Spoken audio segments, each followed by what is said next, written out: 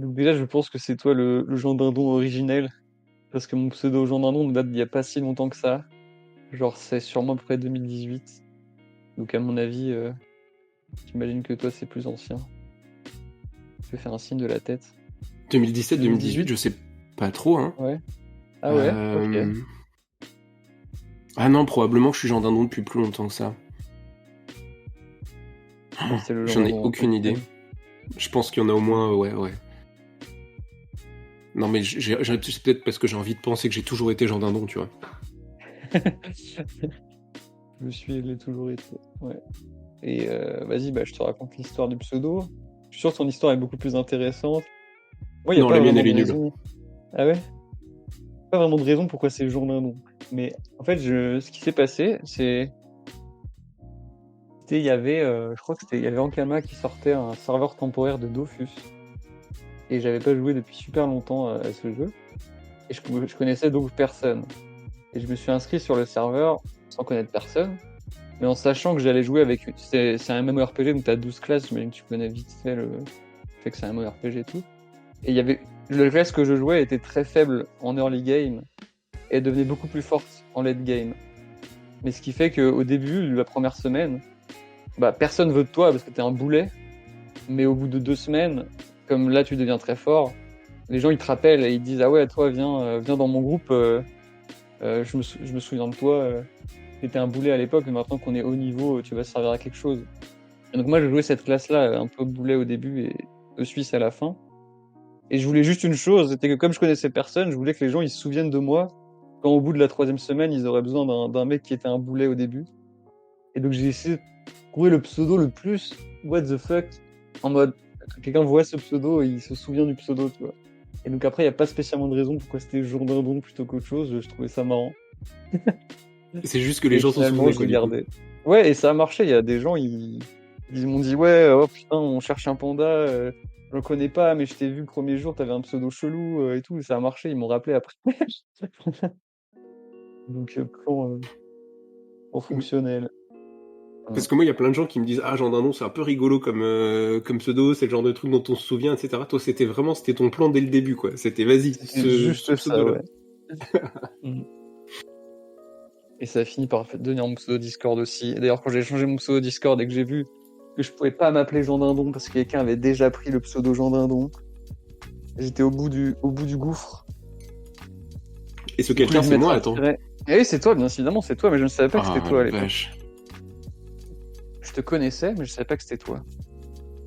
Et, et c'est un jour où j'étais où il monte sur Discord et il monte je sais pas quoi, il jouait un espèce de nain avec une barbe et tout. Et je vois un mec sur le Discord qui s'appelle Jean Dindon.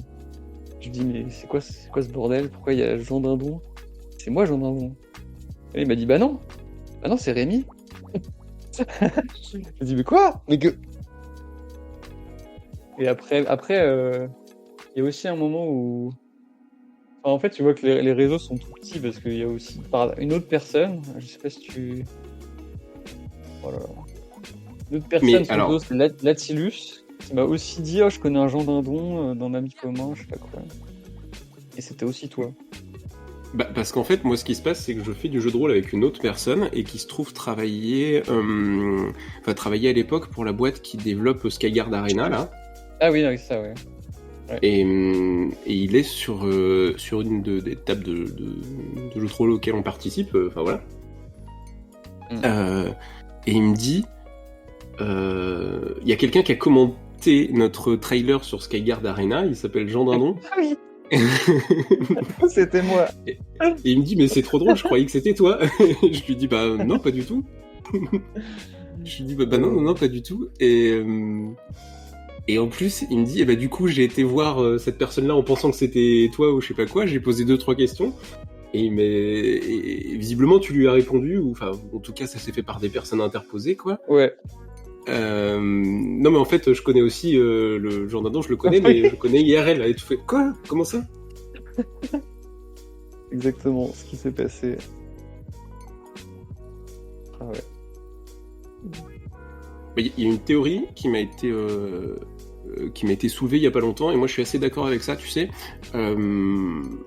Les aliens quand ils veulent se fondre parmi la population, sans doute, qui prennent des prénoms qui existent déjà ou des noms qui existent déjà. En fait, est-ce que t'es Ouais. un alien qui t'est appelé Jean Dindon, tu vois, en disant, les humains, ils ont l'habitude de s'appeler tous pareil et tout à intervalles réguliers. Donc si lui il s'appelle Mhm. Jean Dindon, est-ce que je m'appellerais pas Jean Dindon aussi, tu vois? Je peux pas répondre à cette question. La confidentialité m'interdit de répondre, Très bien. malheureusement. Et dis-moi si jamais t'entends des bruits d'aspirateur ou quoi, parce qu'il y a peut-être des gens qui passent l'aspirateur pas loin de moi. Si tu entends des bruits, je leur demanderai d'arrêter. Non, non, pas du tout. Il y a rien ici en tout cas. Parfait. Donc non, je suis peut-être pas un alien. Enfin, ça dépend de ce que tu veux dire par alien. Mais tu le sais déjà. D'ailleurs, dans ton Ou ordre de alors mission, il y avait écrit que tu devais pas en parler, hein. dans mon ordre de mission. Hmm. Bon alors, toi tu casses Dofus. J'ai regardé ta chaîne YouTube et Ouais. je connais rien du tout à Dofus. Par contre, j'étais amazed par la vidéo où tu fais 820 tours du même truc pour pouvoir solo un boss. Enfin, j'ai absolument rien compris de ce qui s'est passé, mais j'étais fasciné, tu vois. Ouais. Ouais, c'est ça. Bah, du coup, comme le pseudo, je l'ai gardé sur le jeu, j'ai fini par poster des vidéos un peu en lien avec ça. Et donc, pour faire simple, c'est un jeu qui se joue à 4. Mais quand tu joues bien, tu peux faire les combats à 2, voire tout seul. Et moi, ce que j'adore faire, c'est essayer de faire tous les combats du jeu tout seul. Et des fois, c'est facile, des fois, c'est vraiment compliqué. Et en l'occurrence, cette année, il y a un nouveau combat qui est sorti, où ça avait l'air infaisable tout seul, mais j'ai trouvé un moyen, genre vraiment, t'avais un trou de souris, quoi, de stratégie, de tactique, de mécanique, dans laquelle tu pouvais t'engouffrer pour faire le combat tout seul, mais ça nécessitait de jouer 8 heures de suite, grosso modo, sans t'arrêter. Et si tu fais un misclick, t'as perdu instantanément. Heureusement, quand j'ai fait mes calculs, j'avais calculé que ça durait 2 heures. Parce que si j'avais calculé que ça durerait 8 heures, j'aurais jamais lancé le combat. Et donc j'ai lancé ce combat en espérant que ça dure 2 heures. Et au bout de 2 heures, je me suis dit, mais c'est très loin d'être fini en fait. Et du coup, c'est parti en nuit blanche. Et j'ai réussi à ne pas misclick pendant tout ce temps-là. Ouais. Et d'ailleurs, c'est assez intéressant parce que donc, Dofus étant un MMORPG, à l'époque, à la grande époque, il y a 20 ans où c'était vraiment à la mode, il y avait des rôlistes sur Dofus. Il y avait des guildes de gens qui jouaient pas pour battre des monstres, pas pour faire quoi que ce soit, mais pour signer des contrats de mercenaires, assassiner des gens, des trucs comme ça, et ils jouaient vraiment second degré jeu de rôle. Il y avait du Dofus RP, quoi. Ouais, du RP exactement, mais ça s'est vraiment perdu depuis, et il y a encore une toute petite communauté qui fait ça, mais c'est vraiment rien par rapport à ce que c'était à l'époque.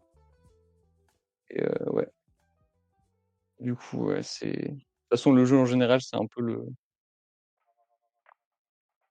Voilà, l'âge d'or est passé depuis longtemps, et du coup, c'est juste par nostalgie que beaucoup y rejouent maintenant. Voilà. Ce que tu fais, ça fait partie des catégories de speedrun de Dofus ou pas du tout? Non, c'est pas vraiment du speedrun, c'est... je sais pas, enfin, c'est des performances en un sens, mais aussi un peu du divertissement, mais il y a pas vraiment officiellement de speedrun, je pense. Ouais, et puis bon, en fait, j'ai fait ça quelques temps, et quoi, c'est comme WoW, en fait. Il y a la version de WoW qui s'est développée et qui a eu plein d'extensions et tout ça. Et un jour, ils ont relancé la vieille version classique, en mode comme à l'ancienne, avec des nouveaux serveurs et tout. Et en fait, Dofus, ils ont fait exactement pareil.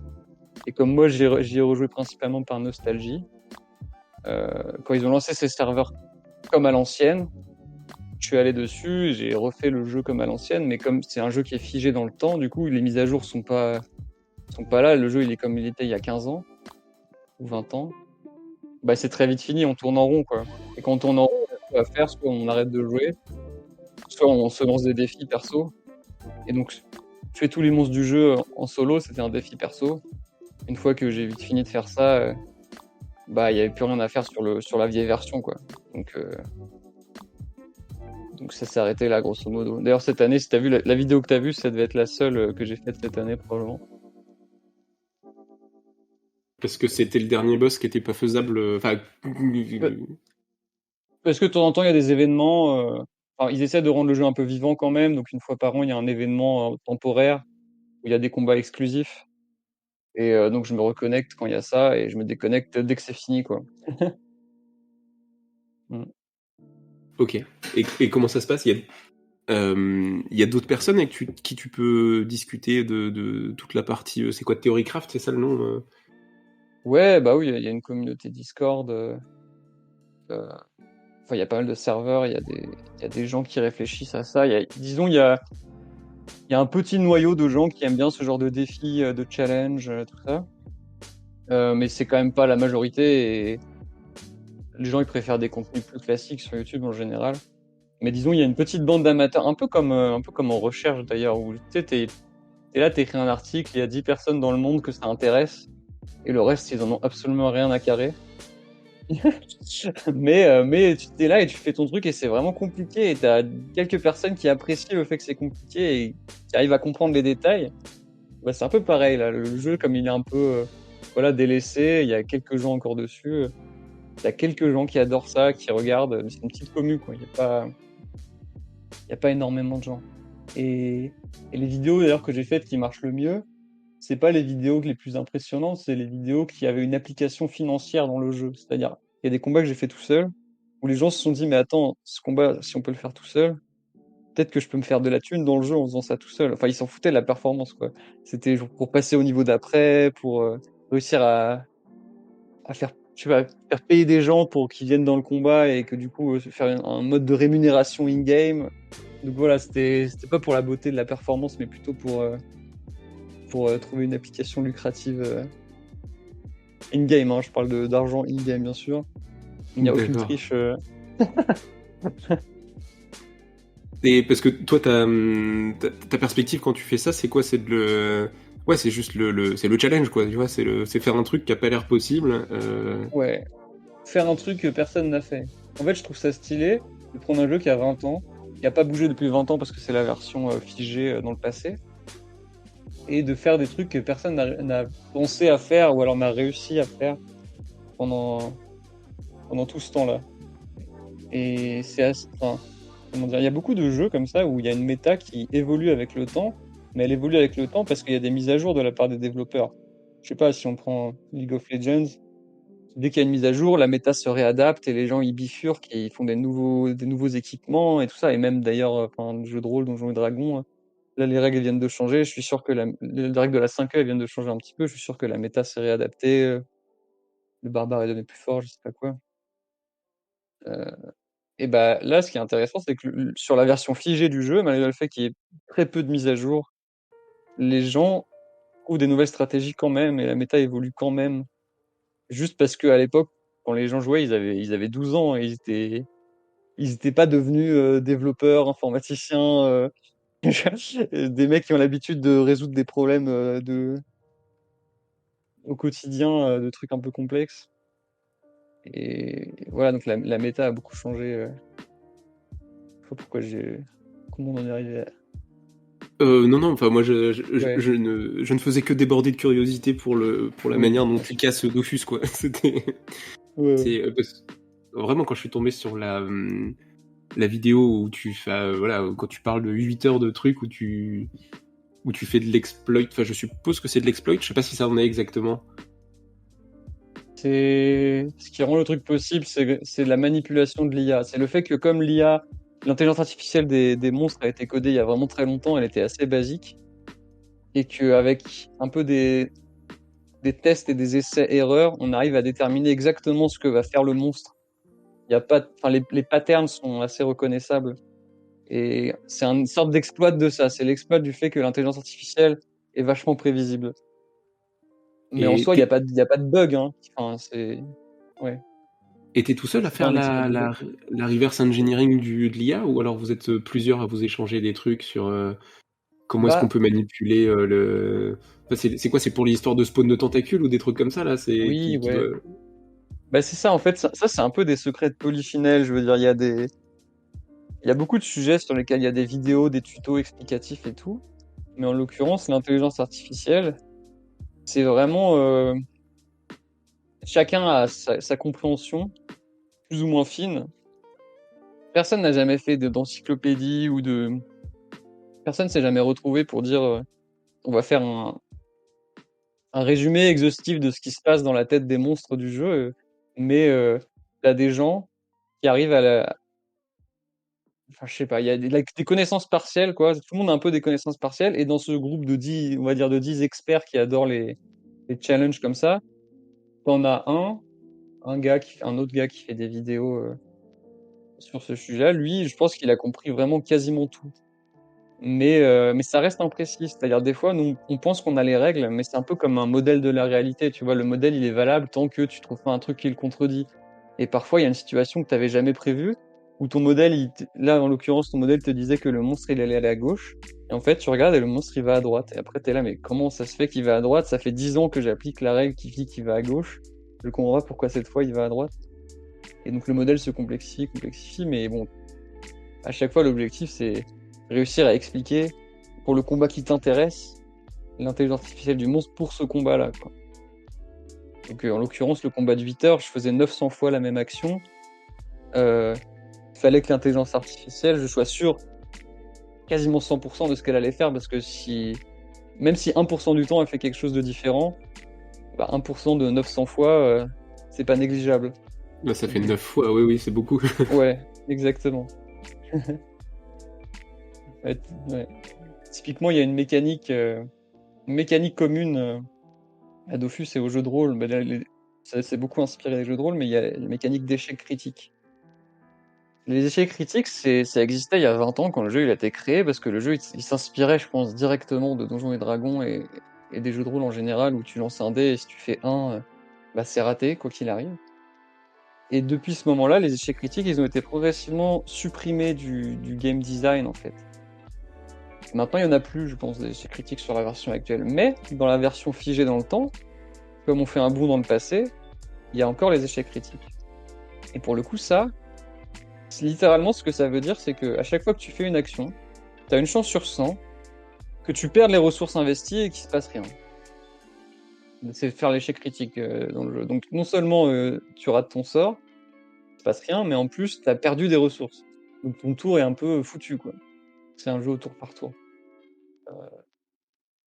Et quand tu fais un combat de 900 tours, et que tu as une chance sur 100 de rater chaque action,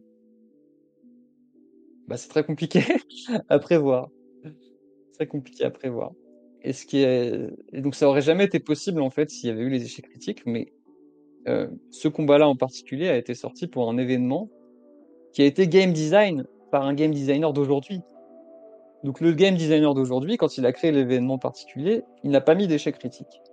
Dans le combat en question, on ne peut pas faire d'échec critique, et c'est pour ça que c'est possible de le faire en 900 tours, alors qu'il y aurait une chance sur 100 que ça rate. Ouais, je sais pas si je suis très clair. Mais alors, dernier point là-dessus, c'est que dans ce combat, ils ont mis des monstres, et les monstres, eux, ils ont été codés il y a 20 ans. Donc les monstres, eux, pouvaient faire des échecs critiques. Or, ma stratégie pour faire ce combat reposait principalement sur un monstre qui devait surtout pas faire d'échecs critiques. Mais une fois sur 100, il faisait un échec critique et ça me mettait dans la merde. Donc ça a vraiment beaucoup complexifié le fait de le theorycraft, quoi. Et comme tu dis, c'est des runs de 8 heures, quoi. C'est pas. Sur Dark Souls, notamment, je sais qu'il y a des runs qui reposent sur des drops aléatoires.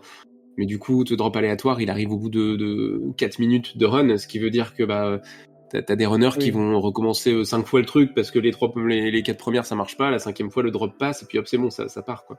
Mais là, t'es sur des runs de 8 heures où l'échec critique peut intervenir à n'importe quel moment, donc c'est pas du tout le même délire. Oui, ouais. C'était compliqué, ouais. Mais en fait, l'avantage, c'est que, comme je te dis, c'est un peu un ovni, cette vidéo, parce que, en fait, je l'aurais jamais fait si j'avais compris que ça durerait 8 heures. J'ai pas envie de passer 8 heures de suite à jouer à un truc. Et donc, je l'ai fait en pensant que ça durerait 2 heures. Je me suis rendu compte de mon erreur au bout de 2 heures. Et après, j'ai eu la chance que ça foire pas pendant les 6 heures qui restent. Mais il y avait, je pense, plus d'une chance sur deux que je puisse pas finir. Et si jamais ça avait échoué, je l'aurais pas refait parce que maintenant je savais que ça durerait 8 heures. Donc c'est vraiment un coup de bol incroyable que j'ai réussi à faire ce truc-là, ouais. Mais les, personne fait des runs de 8 heures, hein. Il y a que moi pour le coup. Quand vraiment les développeurs du jeu, je leur ai envoyé le screenshot du truc. Ils, enfin, grosso modo, ils étaient à la fois impressionnés, mais surtout ils étaient un peu apeurés, quoi, que des mecs jouent 8 heures de suite. Genre ils ont dit ouais, allez travailler plus tôt. Aïe aïe aïe. Ouais, la Ok. plupart des gens au bout d'un Euh, quart d'heure ils en ont marre, euh, ce genre de combat. Tu fais des combats de 8 heures à Donjons et Dragons, là, avec les exploits de l'IA de la Tarasque ou je sais pas quoi? Alors je pense qu'in-game on a dû faire des combats qui reposaient sur des stratégies de glitch et d'IA ou je sais pas quoi qui ont duré des heures. Après, en fait, ça dépend. Donc, t'as deux réponses à la question. T'as la réponse en temps humain de nous qui sont en train de jouer un jeu, et t'as la réponse in-game. De combien nos personnages ont passé de temps à faire des trucs. Moi, j'ai joué souvent avec des groupes de joueurs de donjons qui étaient plutôt, on va dire, axés sur les mécaniques et sur le gameplay et sur les exploits de règles, plutôt que sur la cohérence de est-ce qu'on ferait vraiment ça. Et donc oui, je pense qu'il y a eu des fois où j'ai joué et où on a fait des trucs débiles, où on a dit bah nos persos là pendant pendant 2 mois ils font tel truc pour construire un mur, tu vois. Mais ça n'a aucun sens. Enfin, on peut faire ça uniquement parce que nous on est dans la réalité et que ça dure pas 2 mois pour nous. Mais jamais tu vas dire à un gars de faire la même action répétitive. Alors qu'il y aurait, si tu réfléchis 10 minutes, il y a sûrement moyen de faire plus intelligent et plus rapide. Juste comme tu peux claquer des doigts et faire passer 2 mois. Tu dis bon bah mes persos ils font ça pendant 2 mois. Donc je pense C'est qu'on le a dû côté gérer des. Ouais. c'est le côté un peu drôle de Donjons et Dragons aussi, quoi, tu vois, d'avoir des espèces de règles qui fonctionnent pas très bien les unes avec les autres, ou quand tu réfléchis 2 secondes, le truc est un peu bancal, mais tu joues quand même avec, parce que tu vois, c'est des règles qui sont assez claires, qui sont démocratisées, parce que tout le monde utilise les mêmes, euh, qui sont un peu drôles aussi, tu vois, comme tu disais, quand tu penses pas ça au premier degré, parce que toi, tu sais que c'est un jeu, tu vois. Ça fait aussi partie du truc, je trouve. Ouais, complètement. Complètement. Mais moi je trouve ça drôle limite d'exploiter ça en fait. Enfin c'est un peu détourner le but originel du jeu pour pour faire pour en faire autre chose quoi, pour en faire du jeu un objet lui-même que tu. En fait, c'est un méta-jeu quoi, je sais pas comment dire. Tu vois les gens qui vont chercher dans 4 extensions différentes des sorts etc. Pour arriver à faire. J'avais vu ça une fois, un theorycraft d'un mec il est niveau 4 ou un truc comme ça, et il claque des doigts, et il y a de la neige qui tombe sur tout un village. Sauf que la neige a été chargée en énergie de je sais pas quoi, et donc la neige fait un dégât, parce qu'il a pris un truc d'une extension, de machin. Et au final, avec un sort de niveau, je sais pas, 3, il arrive à tuer toute une ville, parce que tout le monde a un point de vie en fait. Et ça n'a juste aucun sens, tu vois. Enfin, genre, c'était vraiment du pur exploit mécanique de aller chercher la petite bête, quoi. Et j'adore ce truc-là, en fait. De détourner ce qui est censé être pour. Ça se passe extrêmement mal. Grosso modo. Mm. Nous, Ouais. j'ai déjà fait des combats de Donjons et Dragons qui reposaient un peu sur, tu vois, comment est-ce qu'on utilise la bonne règle ou la bonne interaction de règles au bon moment parce que c'était des combats qui étaient par essence très très difficiles. Et je me rappelle notamment qu'on a eu un combat qui s'est réglé sur le fait qu'il y avait un objet que tout le monde voulait récupérer, si tu veux, qu'il y avait un sortilège de lévitation qui était lancé dessus, et qu'il y a une espèce d'exception ou une espèce de règle pas évidente dans Donjons et Dragons 5ème édition, qui est que tu peux couper un sortilège de concentration absolument quand tu veux, y compris quand c'est pas ton tour de jeu. Ce qui veut dire qu'en fait, ce sortilège de lévitation, on a pu le casser à un moment donné où c'était pendant le tour de l'antagoniste, pour que justement qu'il ne récupère pas le truc, parce que la chute était, pour une histoire d'interaction de règles en fait. Et que c'était un peu un espèce de mini-jeu en soi. C'est comme le jeu est difficile, comme les antagonistes sont compliqués, et comme le maître du jeu a été clair sur le fait qu'il nous faisait pas de cadeaux, t'en viens à utiliser des règles un petit peu obscures ou des manières dont les règles interagissent entre elles pour construire tes propres solutions, quoi, en vérité. Ouais. Et alors pour faire ça, il faut bien connaître les règles, quoi. Tu peux pas débarquer et trouver des glitches comme ça sans connaître à fond les règles.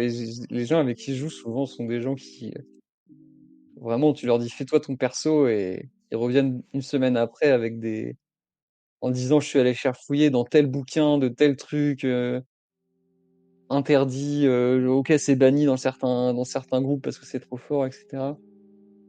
Et ils te sortent des règles qui, justement parce qu'ils savent que le MJ va, par exemple, c'est un MJ qui fait des combats difficiles, t'as pas le choix. Les combats difficiles, pour gérer le hasard, pour gérer les échecs critiques, pour gérer tout, il faut que tu aies une stratégie qui est un peu robuste à ça. Et quand c'est trop dur, t'as pas le choix que de commencer à essayer d'exploiter des trucs qui sont pas prévus pour ça, mais juste parce qu'il faut pas que ton perso il meure, quoi. Donc tu fais comme tu dis là, tu trouves des moyens genre, d'annuler ton sort en dehors de ton tour, etc. Tu sens que c'est pas prévu pour être ça, mais tu le fais quand même parce que t'as plus trop le choix, quoi. Ça devient trop dur. Moi, je trouve que c'est plaisant aussi parce que ça met un espèce de challenge pour tout le monde autour de la table, quoi. Tu vois, c'est enfin, dans le cas que j'ai en tête, le maître du jeu nous avait dit, mais toutes les cartes que j'ai en main, je les utiliserai, quoi. Et si l'antagoniste a moyen de faire un contresort sur la résurrection, il fera un contresort sur la résurrection. Tu vois, c'est... Donc à partir du moment où c'est annoncé, toi c'est aussi ton... Quand t'es joueur face à ça, tu dis très bien, je prends tous les outils à ma disposition parce qu'on est dans une situation où je me bats dans la boue aussi, tu vois. Ouais, complètement, complètement. Et ouais, des fois tu le sais à l'avance.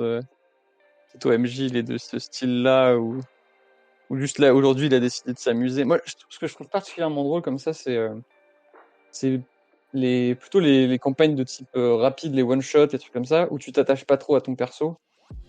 Et où là, le MJ peut te dire, écoutez, bah en fait là, si vous faites un total party kill au bout de 10 minutes, c'est pas mon problème. Juste, vous vous démerdez. Ça s'arrête au bout de 10 minutes, ça s'arrête au bout de 10 minutes. Et tu sais que tu dois utiliser toutes les cartes, quoi. Enfin, comment dire? Je trouve ça cool d'avoir une campagne, de construire une histoire, etc. En concertation avec le MJ qui de temps en temps va un peu être gentil sur l'IA ou peut-être même parfois changer un jet de dés. Ça peut arriver. Ça c'est cool. Mais ce que j'adore aussi c'est l'aspect le MJ, là c'est ton ennemi.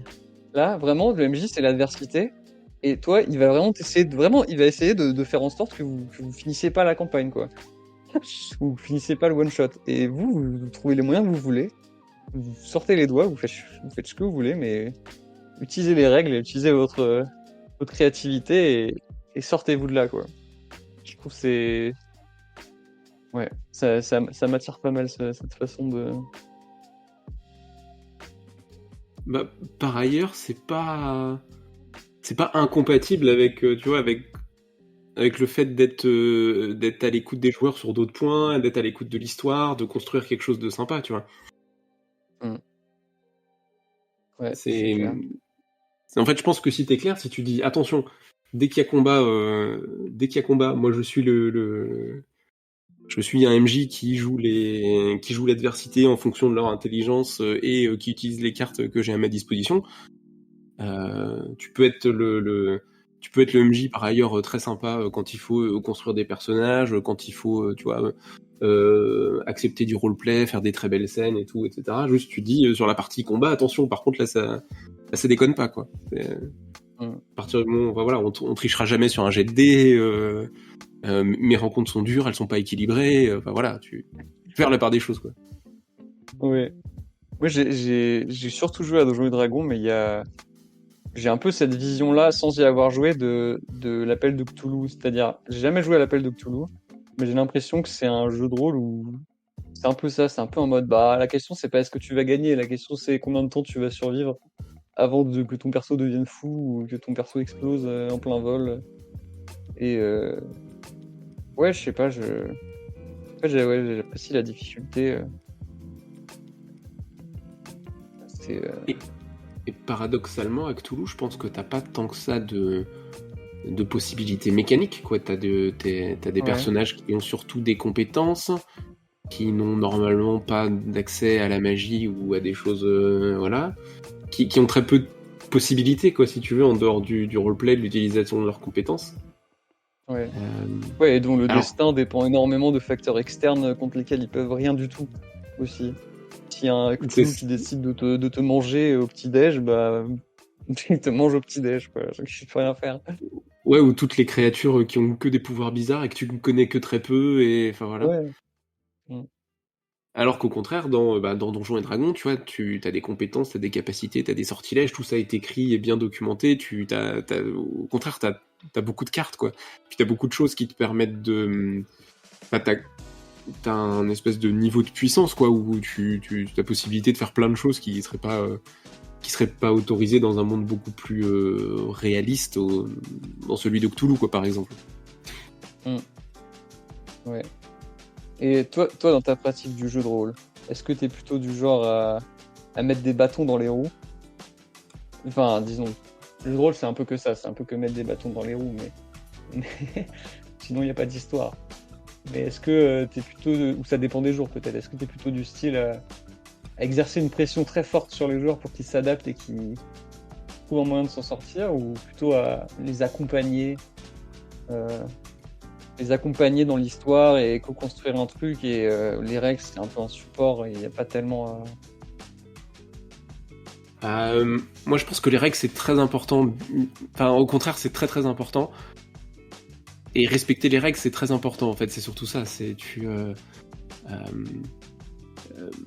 il y a toujours un espèce de débat sur ce qu'il faut tricher avec les jets de dés, est-ce qu'il faut réduire les points de vie du boss voilà, pour les joueurs, etc., sans leur dire.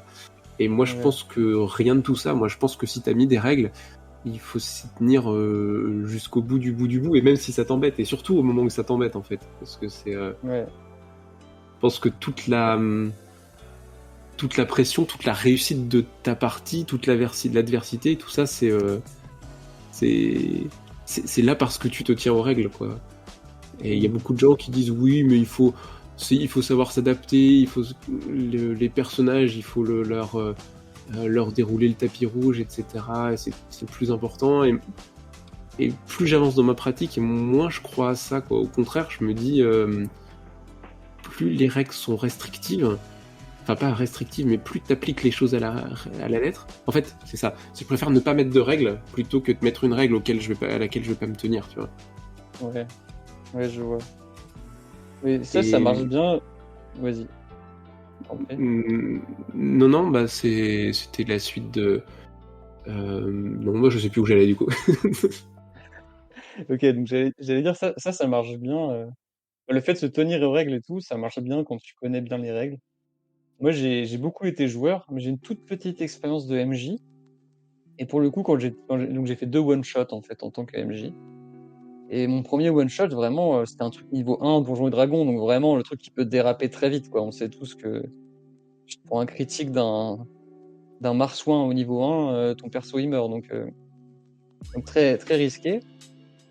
Et du coup, j'ai fait ce one shot sans trop connaître l'équilibrage, en essayant de comprendre et tout ça. Et malgré le fait que j'avais été beaucoup joueur, j'ai un peu galéré à équilibrer le truc, quoi. Donc j'ai mis un boss à la fin qui était un écureuil géant.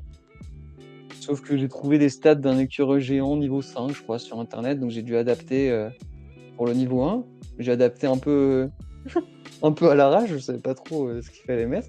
Je me suis dit, bon, ça a l'air réaliste. Et en fait, je pense que le combat que je leur ai donné au niveau 1 était quasiment infaisable, quoi. C'était pas mon intention de leur donner un combat quasiment infaisable, mais ils se sont retrouvés devant un écureuil géant qui avait 3 actions par tour, qui balançait les mecs sur des arbres et tout, alors que enfin, littéralement, c'était limite des enfants, les personnages. Ils sortaient du village. Et en fait, ils m'ont surpris. C'est exactement ce dont je parlais tout à l'heure, la créativité dans l'adversité, en quelque sorte. Les joueurs m'ont surpris. ce combat qui était infaisable, je sais pas comment ils ont fait. Ils ont trouvé un moyen de le gérer. Genre une sorte de glitch, une sorte de boucle où il y a un gars qui se faisait propulser contre un arbre et après il est tombé par terre et l'autre il le soignait exactement du même montant tous les tours et comme ça ils arrivaient à descendre les points de vie du boss au fur et à mesure. Et ça s'est joué à rien mais ils ont réussi. Et en fait ce que j'avais fait, parce que comme j'étais pas sûr de moi, ce que j'avais fait c'est que j'avais dit ok, au bout de tant de temps, disons il y a un PNJ qui était en train de les chercher dans la forêt. Et au bout de, je sais pas, 10 tours, le PNJ, il allait les trouver. Voilà, donc si le combat il dure 10 tours, le PNJ il arrive et c'est un barde et il peut les soigner un petit peu, donc ça leur fait un peu d'aide, quoi. Et en fait, j'ai pas fait intervenir le PNJ. Genre, le combat a duré plus de 10 tours, mais je les voyais en train de, enfin, en train de tenir contre cet écureuil géant, et j'avais prévu ce truc de, ok, on va l'accompagner un peu les joueurs au cas où ça se passe mal, ils auront un peu d'aide et tout. Et en fait, j'étais curieux et je voulais voir jusqu'à quel point ils allaient gérer l'écureuil. Donc le PNJ s'est perdu dans la forêt, n'est jamais arrivé. Et ils ont réussi à gérer ce truc, quoi. Donc, ouais, faire confiance aux joueurs. Enfin, du coup, appliquer toutes les règles telles quelles, pas trop les accompagner, sauf. Enfin, après, ça dépend. Moi, j'ai toujours cette crainte de. Tu commences tu commences une partie avec un MJ qui est vraiment à cheval sur les règles, et puis tout le monde wipe au niveau 1, et bah la campagne est finie, et tu refais une campagne. Ça m'a toujours un peu fait peur de tomber sur des gens qui pourraient. Parce que tu viens pour jouer à un jeu de rôle, mais aussi pour passer un bon moment, et si ton bon moment il s'arrête au bout d'une heure, c'est dommage, quoi. Si t'as prévu 5 heures ton après-midi et tout, genre juste d'un point de vue logistique et planification, bah c'est dommage, mais c'est ce qu'il faudrait faire du point de vue application des règles pures et dures. Si tout le monde fait n'importe quoi et se fait manger par le dragon au niveau 1, bah tant pis pour eux, quoi. Bah, après, c'est vrai que c'est ton premier, c'est la première chose dont tu peux avoir peur, dire ah là là, mais si et si ça se passe pas comme prévu, et s'il y a un TPK et voilà. Mais en fait, d'expérience, plus j'étais clair sur le fait que je sauverais pas les joueurs, sur le fait que le truc était pas équilibré, sur le fait, enfin, plus j'étais clair sur le fait que c'était difficile. Et plus la réponse en face des joueurs et des joueuses autour de la table est de faire preuve de créativité, de pas engager le combat s'ils sont pas sûrs de le gagner, de trouver des stratégies, des tactiques de contournement. J'ai en tête, on a fait une campagne méga donjon, donc c'est une campagne qui se passe dans un donjon et c'est un module old school avec des monstres qui sont vraiment des trucs que tu vois plus dans le Donjon et Dragon d'aujourd'hui, quoi. T'as des monstres, t'as des araignées avec du poison. Si elles te touchent, tu fais un jet de sauvegarde, et puis si tu le rates, tu meurs, tu vois. C'est à peu près ça. Ah, génial. Peu importe ton niveau. Peu importe ton niveau. Faut pas qu'elle te touche, alors. Et ben, quitte à avoir ça qui m'est proposé dans le bestiaire, je me suis dit, bah écoute, on va le faire, on va le jouer jusqu'au bout. Donc tu prépares le truc, tu dis à tout le monde, alors attention, je vous cache pas qu'il y a des créatures là-dedans qui peuvent vous tuer sur un jet de sauvegarde raté, quoi. Et que ça peut arriver à différents endroits du module, quoi. Et puis en fait, quand tu préviens de tout ça, quand t'es assez clair sur le fait que ça peut arriver, la réponse des joueurs et des joueuses, c'est surtout de se poser la question, de se dire ok, très bien, on sait que n'importe quelle créature peut avoir une règle stupide qui intente à la vie de mon personnage pour un oui ou pour un non. Bah, on va jouer en conséquence, et ça veut dire mettre en place des tactiques, quoi. Il y a des monstres, et bah, on va faire du bruit dans une autre pièce pour distraire les monstres, les faire changer de pièce, et puis nous on va contourner, tu vois, pour pouvoir prendre le couloir, ou alors aller récupérer le coffre qu'on a vu, ou alors est-ce qu'on va traîner tout le monde dans le piège, la trappe, tu sais, donc tu t'amènes les monstres sur la trappe qui fait tourner dans une fosse piégée et tout, et puis bah et en fait à règle injuste, la réponse va être de répondre avec de l'intelligence humaine autour de ça, tu vois. Ouais, tu t'adaptes, en fait. Enfin, Tu sais que t'es en mode très difficile, tu joues en conséquence, et les gens montent des plans. Après, ça m'a pas arrangé le problème. Un des problèmes principaux que je trouve quand je joue à Donjons et Dragons, c'est plus les situations deviennent complexes, plus on passe vraiment 8 heures à prévoir un plan. Vraiment, tu sais, la phase de discussion où tu veux prévoir un plan, exactement ce qui va se passer, etc. Tu fais des schémas, les gens sont pas d'accord. Plus il y a de joueurs autour de la table, moins t'es d'accord. Bon, dans une campagne facile où t'as pas besoin de prévoir de plan et où juste tu peux aller rouler sur les monstres, y a pas trop besoin de faire ça. Mais quand comme ça, tu sais que le MJ est sans pitié, que il va y avoir tel truc super dur, que t'as pas toute l'information, qu'il faut prévoir plusieurs situations, là c'est le moment où tu peux probablement finir par essayer de prévoir un plan qui va te passer 4 heures à être Theorycraft avant de faire quoi que ce soit. En fait, tu joues pas vraiment au jeu dans ce moment-là, je trouve. Il y a trop de préparation. J'ai déjà fait des séances où ça durait 4 heures et les 4 heures c'était bon. Alors, faut qu'on réfléchisse comment on bat le boss. Et pendant 4 heures, tout le monde réfléchissait et on essayait de. On savait que ça serait pas possible, machin, on essayait de prévoir. Et c'est pas mal, mais c'est pas la partie que je préfère, quoi. Ah non, La moi partie que je préfère, c'est la partie d'exécution du plan, quoi. Moi, je suis d'accord. Je suis d'accord. Moi, si ça te discute pendant trop longtemps tu vois, d'un espèce de plan hypothétique, et en plus, généralement, c'est des choses qui reposent sur des manques d'informations. Oui. Et donc, du coup, tu vas faire des conjectures, et donc, du coup, tu vas réfléchir dans un cadre hypothétique, c'est probablement pas le vrai cadre. Et puis, tu vas te dire, bah oui, on n'est pas sûr de cette hypothèse, et si jamais, et là, quelqu'un va en lancer une autre, et tu vas repartir sur 10 T'as minutes des de arbres de discussion sur une autre branche. décision, de s'il se passe ci, s'il se passe ça. C'est pour ça que je pense que c'est des choses qu'il faut gérer. Alors, premièrement, il faut avoir l'intelligence, tu vois, autour d'une table de jeu pour se dire, ok, on n'en veut pas trop, tu vois, de ces discussions, ou alors il en faut un petit peu de temps en temps. Quand c'est pour un boss, c'est peut-être justifié. Quand c'est avant d'ouvrir chaque porte, c'est peut-être un peu trop. Donc,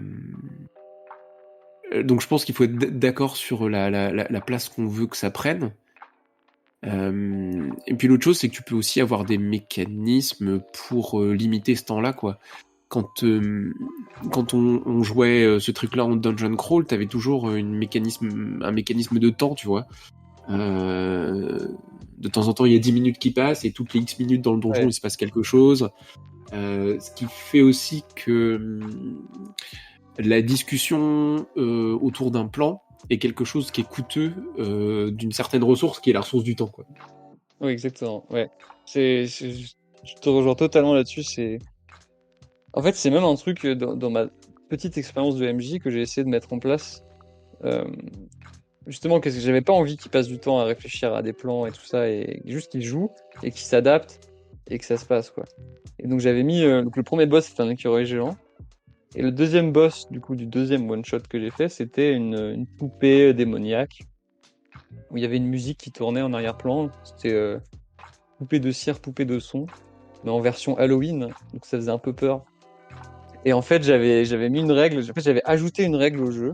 Je crois pas que ce soit prévu par le système de règles de faire ça. Mais toutes les 3 minutes, enfin, dès que la musique recommençait, quoi, qui faisait après 3 minutes, il y avait des nouveaux monstres qui apparaissaient. Donc en fait, le temps humain était corrélé au temps in-game, qui faisait que, ok, le combat, ils auraient pu le gérer optimalement en réfléchissant bien, comment ils font leur tour, etc. Mais ils pouvaient pas, parce que s'ils réfléchissaient trop, 3 minutes après, il y avait de nouveaux monstres qui arrivaient. Donc il fallait qu'ils une sensation d'urgence de leur personnage qui était transféré à aux joueurs, quoi. Les joueurs avaient eux-mêmes cette sensation d'urgence parce qu'ils savaient que toutes les 3 minutes, il allait avoir un nouveau truc et il fallait qu'ils se dépêchent, quoi.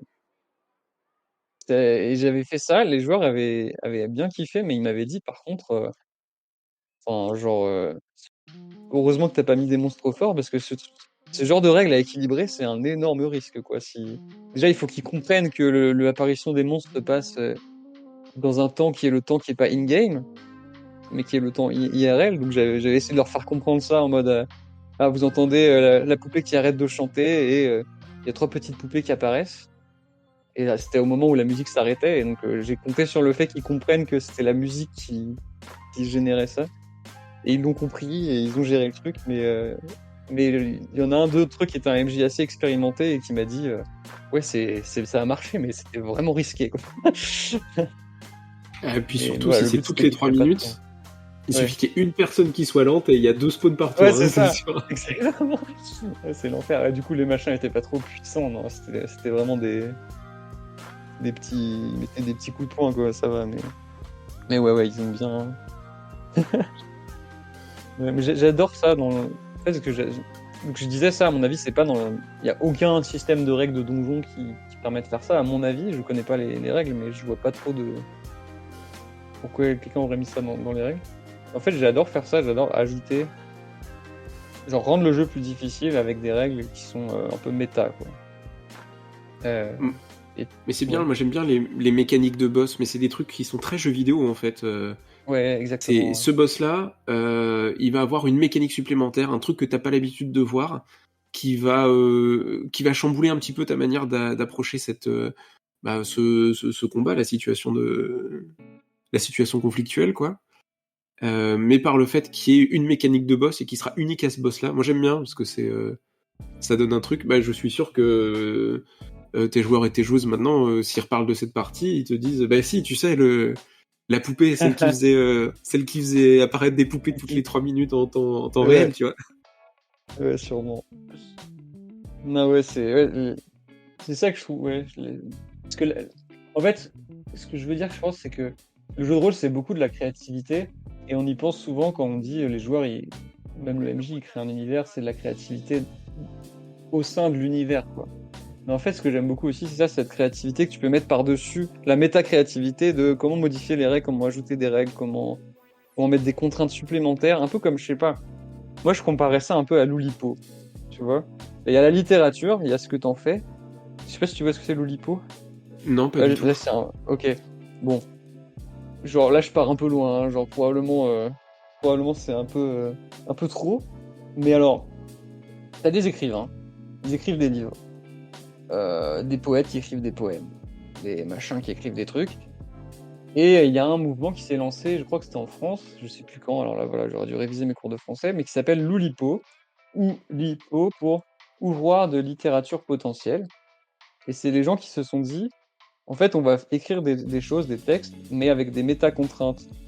Et typiquement, il y a un exemple emblématique de ça, c'est Georges Perec, La disparition, un livre qui est écrit sans aucune fois la lettre E.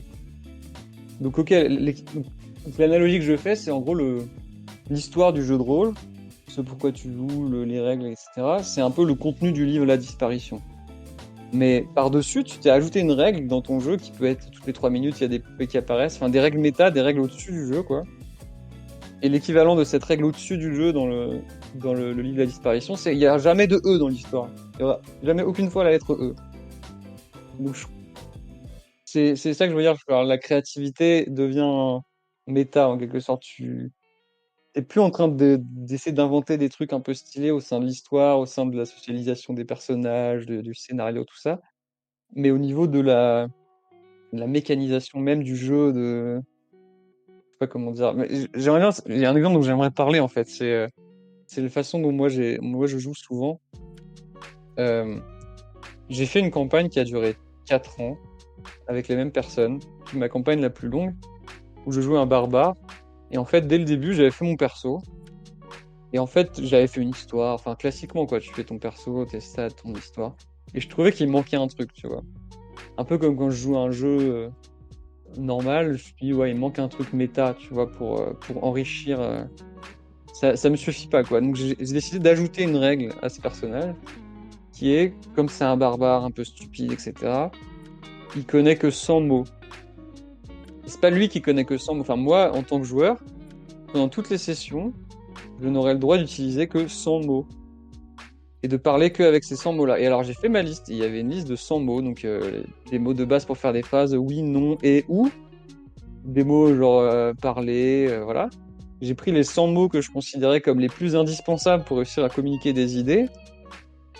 Et pendant 4 ans, j'ai parlé qu'avec 100 mots. Pendant toutes les sessions de jeu de rôle. Et il y avait rien qui me forçait à faire ça. Ça m'a pas donné de bonus. Et c'était pas une contrepartie ou quoi. Juste, ça m'a aidé à impersonner le personnage, quoi, et à me dire: «Ouais, il est unique, il a ce truc de» et à la fin, j'étais devenu bilingue en bœuf. Le nom de la langue, c'était bœuf. Attends, donc je suis obligé de poser la question parce que Ouais, n'importe qui ferait le truc et dirait ok, mon personnage ne peut s'exprimer qu'avec 100 mots et son personnage dans la fiction n'utiliserait que 100 mots pour ouais. s'exprimer, voilà, et ça ce serait très drôle. Sauf que toi, t'as poussé le vice jusqu'à t'imposer toi-même, c'est ça, en tant que joueur, de n'utiliser qu'une centaine de mots différents pendant les sessions. Ouais, enfin, après, si je voulais de la pizza, je disais passez-moi de la pizza, mais pour tout ce qui concernait le jeu, je disais, enfin, si je devais expliquer mon plan à un autre joueur, je lui expliquais pas avec mes mots, moi, je lui expliquais avec les 100 mots disponibles. Si je devais faire n'importe quel dialogue, c'était que avec ces 100 mots-là. Si je devais résoudre une énigme, c'était que avec ces 100 mots-là. Enfin, c'était et alors à ça s'ajoutaient les règles que je ne comprends pas les autres concepts.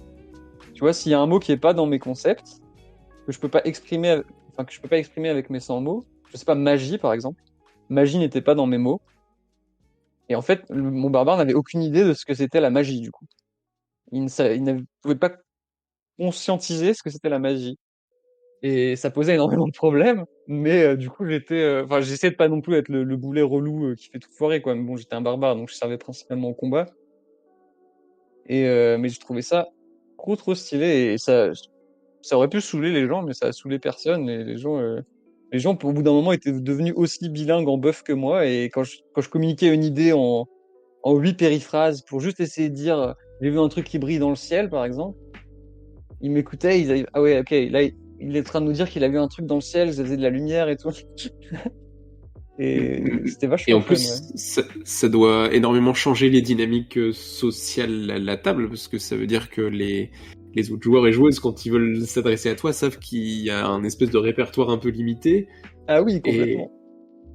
c'est trop bien. Mais typiquement, on parlait tout à l'heure du fait d'organiser des plans et que ça mettait 4 heures et tout. Je pense que j'ai aussi fait ça un peu pour essayer de limiter ça, au sens où les autres, ils pouvaient faire le plan le plus complexe qu'ils voulaient, qu'ils avaient théorycraft pendant 2 heures et demie et tout. À la fin, il fallait qu'ils disent à mon personnage ce que mon personnage devait faire. Et bah, mon Dans la personnage, il limite de était ce pas qu'ils pouvaient très... comprendre, hein. Voilà, dans la limite des stocks disponibles, quoi. Donc à la fin, ils ont leur plan, ils disent, toi, va là, non, toi, aller là, toi, faire ça, toi, mettre pied dans mur. Et donc c'est une contrainte pour tout le monde, mais c'était pas... Ouais, c'était pas chiant pour les autres. Les autres ont apprécié. C'était vachement sympa. Mm. C'est assez marrant parce que quand tu parlais de Dofus tout à l'heure, tu disais je joue à Dofus et puis parce que jouer à Dofus tout seul c'est pas suffisamment drôle, je me réimpose des contraintes en plus de ça. Exactement, ouais.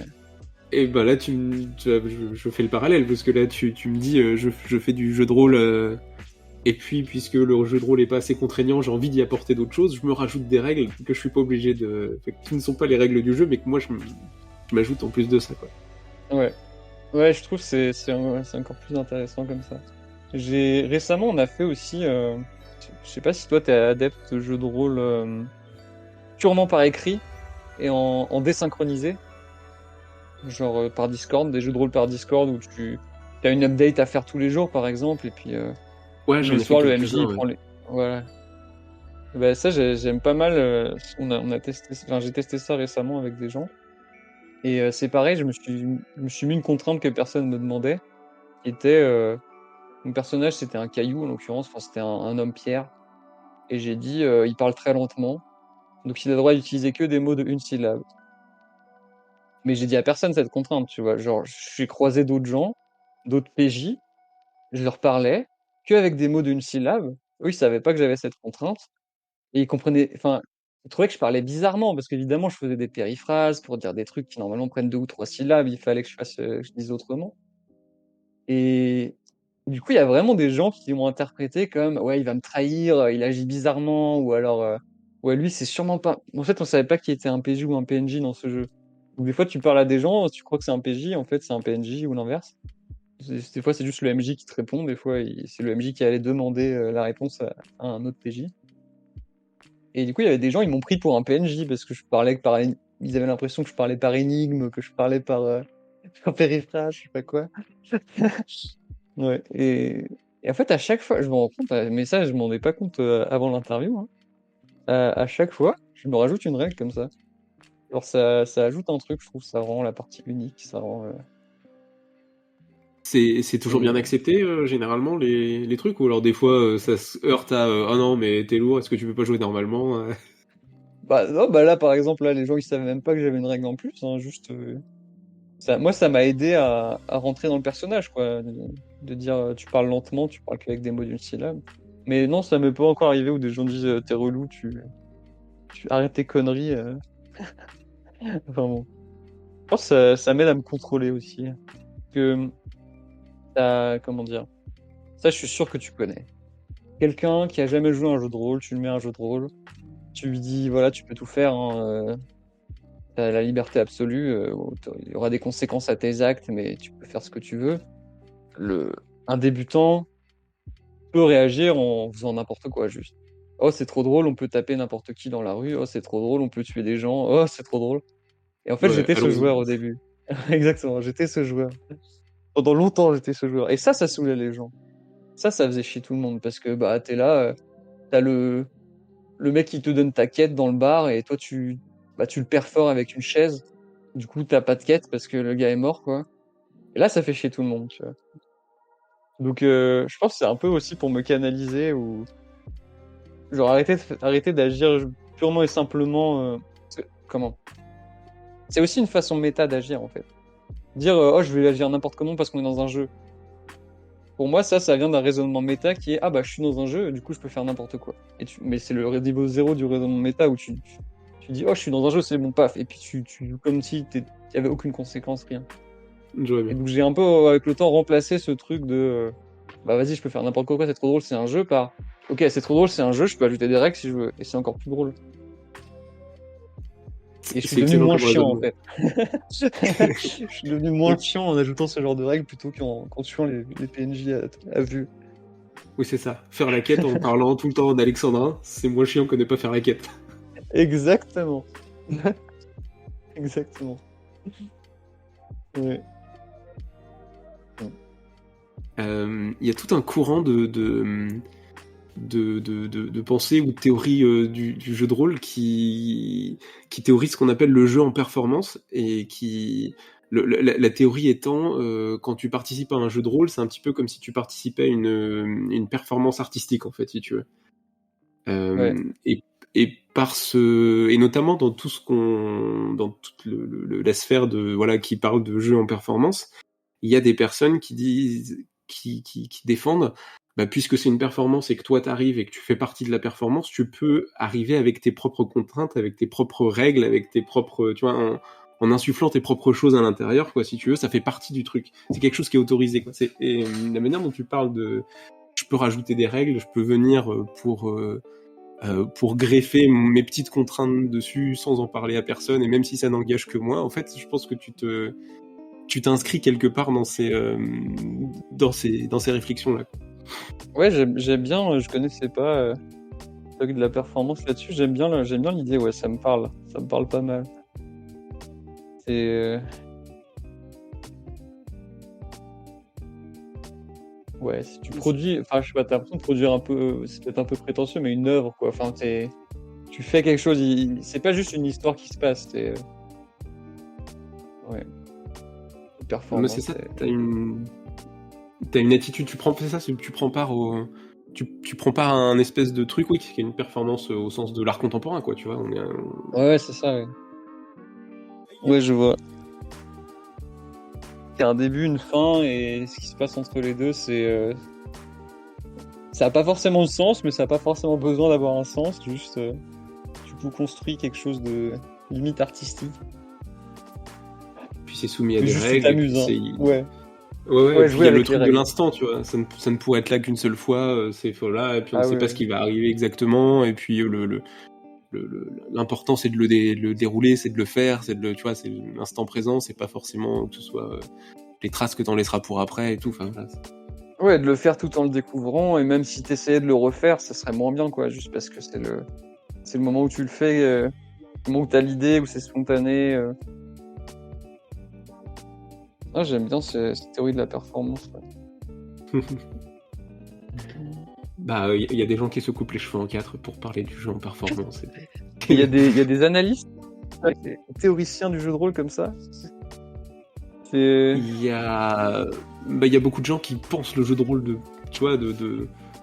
plein de manières différentes et qui le lisent sous plein de prismes différents.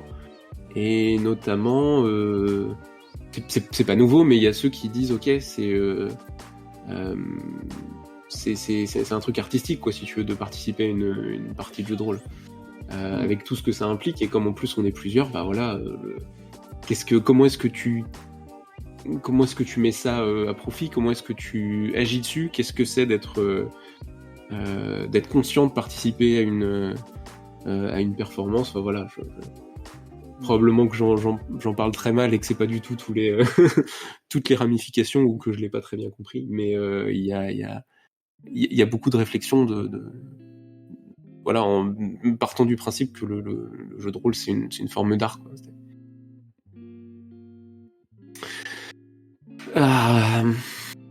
On a réussi à déblatérer de jeux de rôle pendant presque 1 heure, hein, je pense. Ouais, je pense aussi. Pas que de jeux de rôle, mais... Normalement, oui. En terminant toutes ces interviews croisées, je pose toujours des questions. Je pose toujours la même question à la fin des interviews croisées. Je demande quels sont les bons conseils de jeu de rôle qu'il faut répandre, et particulièrement les conseils de jeu de rôle qu'on n'entend pas assez. Est-ce qu'il y a des conseils de jeu de rôle que t'entends pas assez, ou que tu voudrais démocratiser? Bah... Je pense avec le temps, mais on n'entend pas assez. Il y en a un que je mettrais au-dessus de tout maintenant, c'est pas être chiant. Enfin, genre pas jouer que pour son propre plaisir, mais voilà, faut toujours garder en tête qu'il n'y a pas que nous qui sommes là pour passer un bon moment. Désolé à tous les gens avec qui j'ai fait ma première campagne. Donc il y a ça. Mais une fois que ça c'est acquis et que ok, on conçoit les limites et tout, moi je dirais ajoutez vos règles, non? C'est ça que j'adore.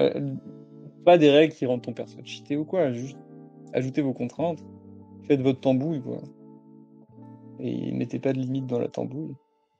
Genre le coup des poupées en 3 minutes là, j'ai vu ça nulle part et ça aurait pu foirer misérablement, mais c'est tout aussi bien si ça foire misérablement quoi. Juste faut expérimenter quoi.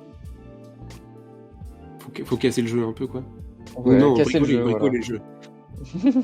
Bricoler au risque de casser le jeu. Bricoler Ouais. sans se dire si je casse le jeu c'est grave.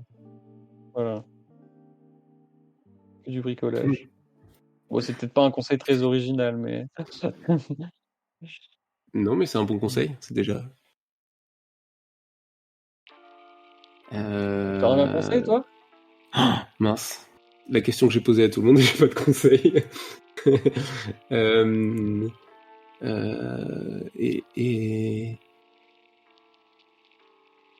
Oh, ouais, je pense que je vais rester sur une ligne proche de la tienne. Là, tu dis faut bricoler, faut casser. Je pense effectivement qu'il y a un truc très... je pense qu'il y a un truc très, très concret dans le jeu de rôle qu'on oublie un petit peu. Quand on donne des conseils, on donne des conseils un petit peu généraux. On essaye de prendre beaucoup de niveaux, de beaucoup intellectualiser, d'avoir des vérités générales. Et la vérité d'une partie de jeu de rôle, c'est que c'est toujours des personnes qui discutent, et c'est des trucs très concrets et très proches enfin voilà, la partie de jeu de rôle, ça reste une discussion, et je pense qu'il faut pas s'enfermer dans des espèces de mondes de théorie. La vérité d'une partie de jeu de rôle, c'est que c'est des personnes généralement qui s'apprécient et qui partagent un imaginaire commun, et qui discutent et qui passent du bon temps, et que les solutions, elles viennent souvent de ce qu'on partage, de ce qu'on vit, et il n'y a pas de... Les meilleures solutions sont celles qu'on va trouver sur le tas, sont celles qu'on va trouver parce qu'on se bute à des problèmes dans des vraies parties de jeux de rôle, et pas et pas des problèmes qu'on trouvera dans des livres ou pas des solutions qu'on trouvera dans des livres, dans des articles. Voilà, il y a un truc très concret et je pense qu'il faut pas l'oublier quand on fait du jeu de rôle. Ouais. Pas du tout si C'est ça avant a tout une quelconque pratique. valeur. Je sais pas du tout si ça a une valeur comme voilà. C'était ce que je Ah, tu sentais vois sur que le moment. c'est pas facile de donner un conseil. Putain, j'avoue que c'est dur. Hein.